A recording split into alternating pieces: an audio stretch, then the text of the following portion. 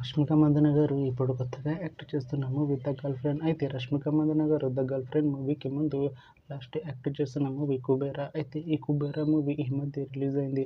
అయితే Kubera movie release అయ్యి మంచి హిట్ అయింది. అయితే కుబేరా మూవీతో రష్మిక మందన గారికి ఒక మంచి హిట్ వచ్చింది.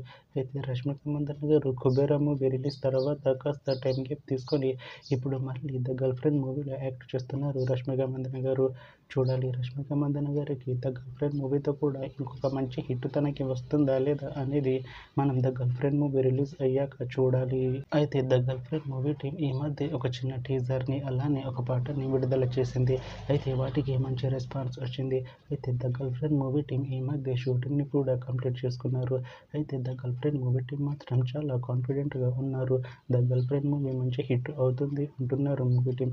అయితే ద గర్ల్ ఫ్రెండ్ మూవీని ఈ నవంబర్లో రిలీజ్ చేసేలా ప్లాన్ చేస్తున్నారు మూవీ టీం.